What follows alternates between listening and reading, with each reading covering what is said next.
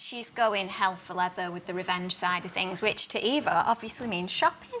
Yeah. So, what else has she got planned? Oh, there's all sorts. There's all sorts.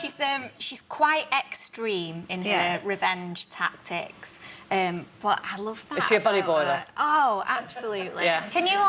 Do you sympathise with that? And Yeah, massively. Even more so with Eva, because every single boyfriend that she's had has cheated on her. Her own dad walked out on her when she was 3, so she's got all these issues. And, you know, it happened to me when I was younger. I didn't go... Tell us what you did. I read it in the brief. I might have poured a little bit of nail varnish into somebody's Xbox. That was as far as it went, and then I walked. But Eva is just, she's very extreme. how did it feel when you poured the nail varnish into the Xbox? Good. They loved the box more than me.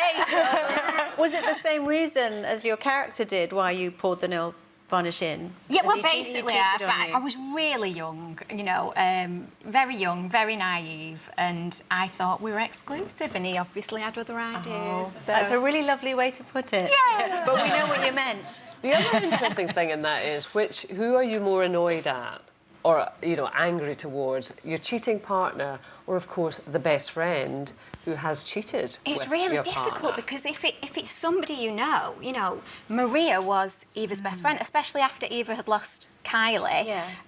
I just think that there's a girl code, isn't there? Yeah, there is. That's Don't just go there, I horrendous. know, yeah. So... Well, it is horrendous, but I think as women we have to be really careful about that as well, don't we? Because when it's a friend, absolutely. But if it's not, if it's just you don't know that woman and she's not married, we do tend to, I think, more blame the woman than No, the but husband. I think if you're married to someone and they go and have a affair, it's if she knows that, then Yeah. absolutely. But a lot of the time, you know, I know stories whereby somebody led a double life for 20 years, had kids with somebody else, and unfortunately he passed away, and his other wife only found out when she was clearing out the safe and found all these documents for school and stuff like that, and she was like, we ain't got kids. Clearly he did. So you hear of these stories, and I'm like, I don't get time to see my husband. Where do people find time to... Live a double life. It's...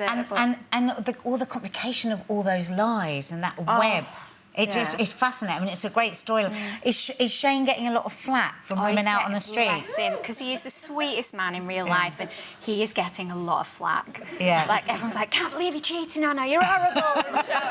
Whereas on the flip side, obviously, your home life is lovely. You're together.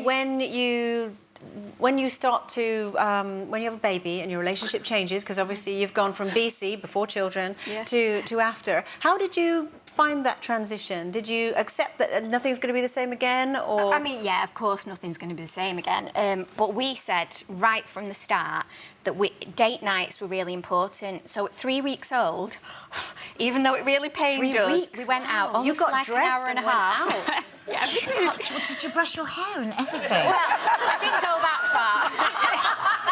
I mean, it looked terrible. And we spent the whole time watching videos of him. But we've seen friends of ours just constantly be in mummy and daddy mode. And they start to have problems. I think you've got to put aside that you time, you know, maybe once a year if you're having a family holiday, have a little weekend away on your own, maybe, if you're able to do that. And so it's something that we try to do as much as we can. Did you hear about what we were saying earlier about the woman that multitasks while she's breastfeeding? I really thought, Andrea, I was convinced you were gearing up to sew, Catherine.